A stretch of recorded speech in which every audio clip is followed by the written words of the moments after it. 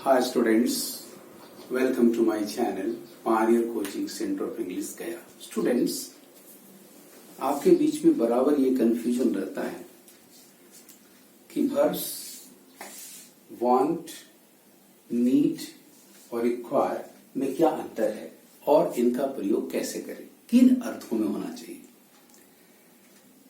सामान्यतः लोग हिंदी में चाहिए के लिए need, want, require, should, must और टू सभी को शामिल कर लेते हैं, बट थोड़ा अंतर है, बहुत हल्का अंतर है।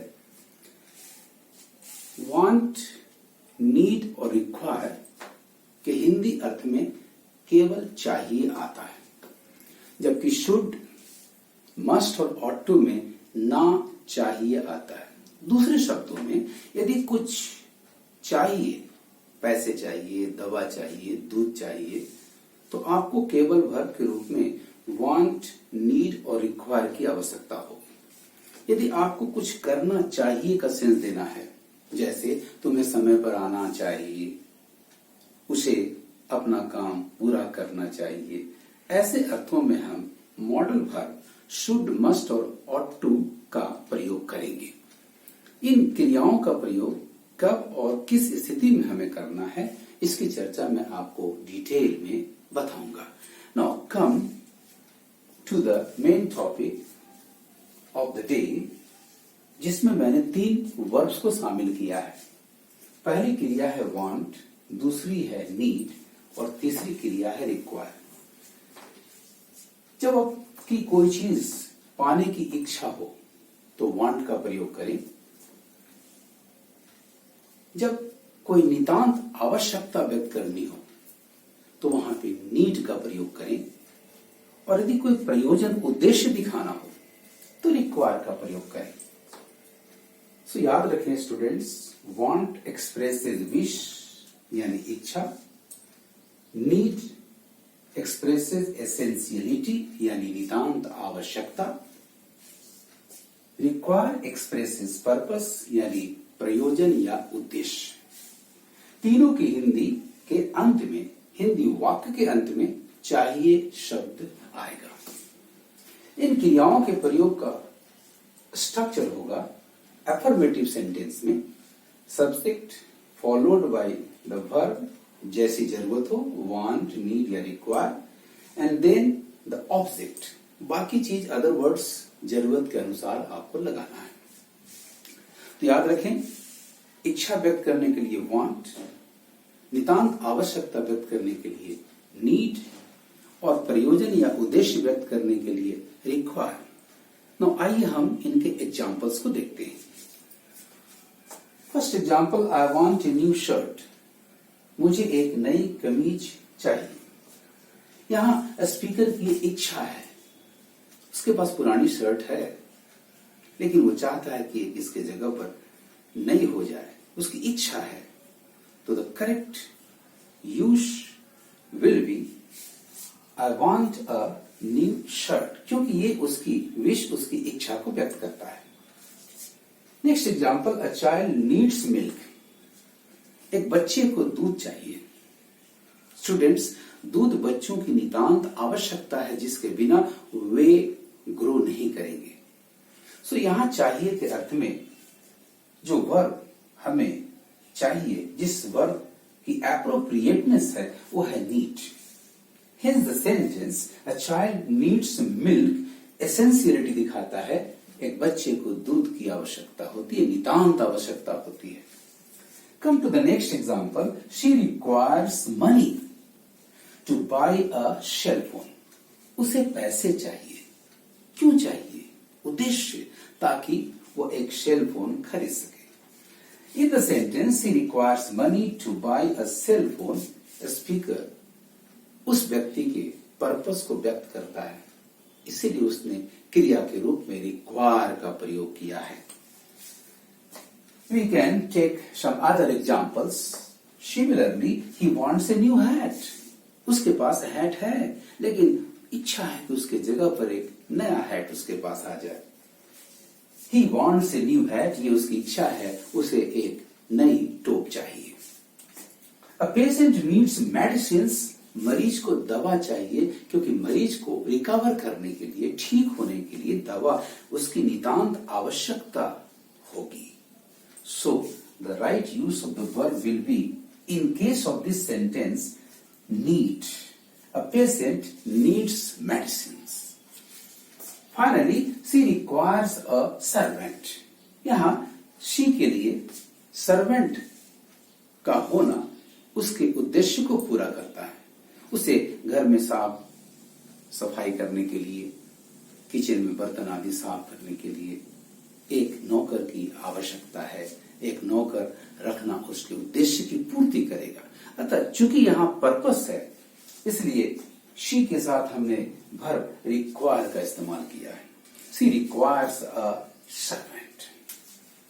ध्यान से देखिए. पहले स्टूडेंट्स आइए नीड के एक और प्रयोग को देखें.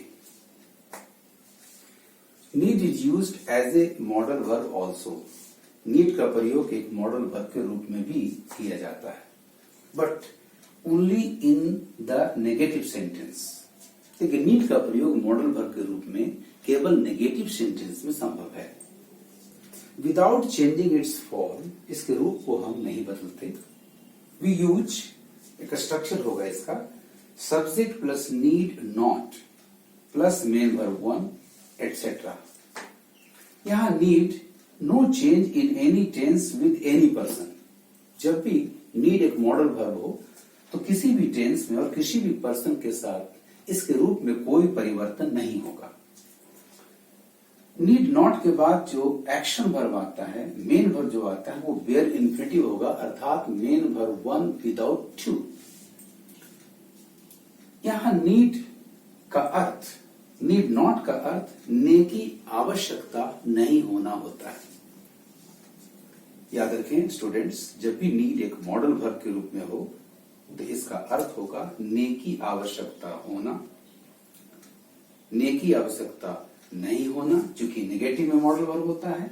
और जब भी नीड एक एक्शन वर्ब हो, एक मेन वर्ब हो, तो इसकी जरूरत होता है चाहिए, नितांत आवश्यकता, जैसा कि मैंने थोड़ी देर पहले चर्चा की.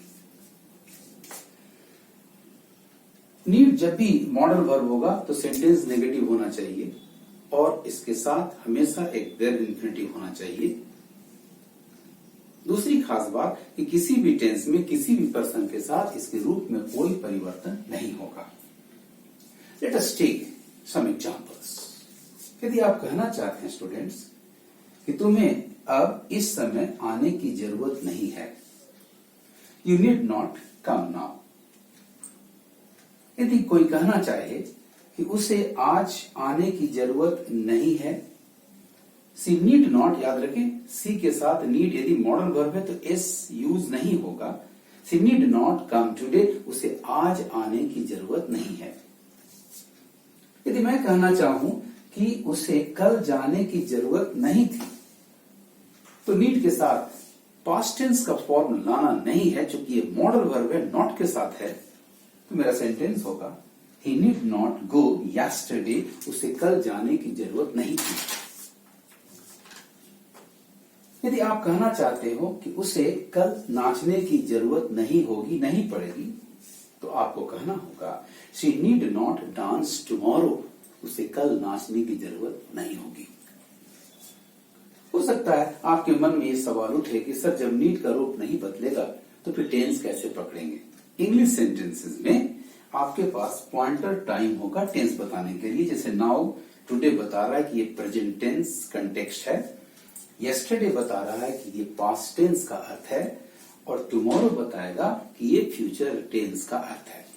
हिंदी से अंग्रेजी में अनुवाद करना हो तो हमेशा need not, need not, need not का प्रयोग करेंगे. हिंदी वाक्य के क्रिया के अंतिम हिस्से से पता चल जाएगा कि ये किस टेंस में जा रहा है. आपको आने की जरूरत नहीं है, आपको आने की जरूरत नहीं थी, आपको आने की जरूरत नहीं पड़ेगी. ये है, थी और गी से स्पष्ट हो गया कि आपका कौन सा वाक्य किस टेंस में है.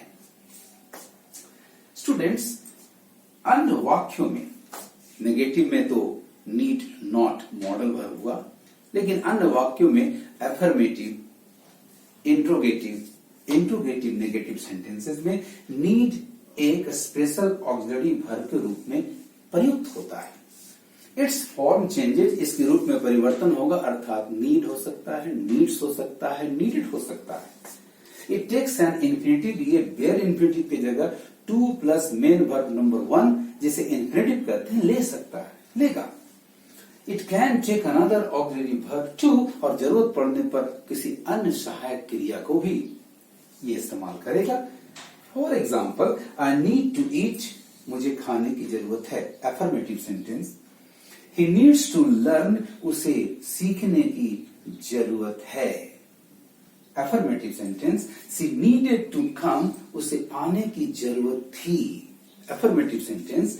डज ही नीड, देखिए एक अन्य सहायक क्रिया का प्रयोग मैंने किया, does he need to come, क्या उसे आने की जरूरत है। आपने देखा कि जब ये स्पेशल ऑक्सिलरी वर्ब के रूप में यानी बिना नॉट के प्रयुक्त हो रहा है तो फिर ये मॉडल वर्ब नहीं है, स्पेशल ऑक्सिलरी वर्ब है, और तब इसके रूप में परिवर्तन हो रहा है। आई के साथ मेन वर्ब 1 नीड, ही के साथ मेन वर्ब 5 नीड्स, और पास्ट टेंस में शी के साथ नीडेड, और जैसे ही इसको इंट्रोगेटिव में चेंज किया तो फिर और सहायक क्रिया डज की जरूरत इसे पड़ जाती है।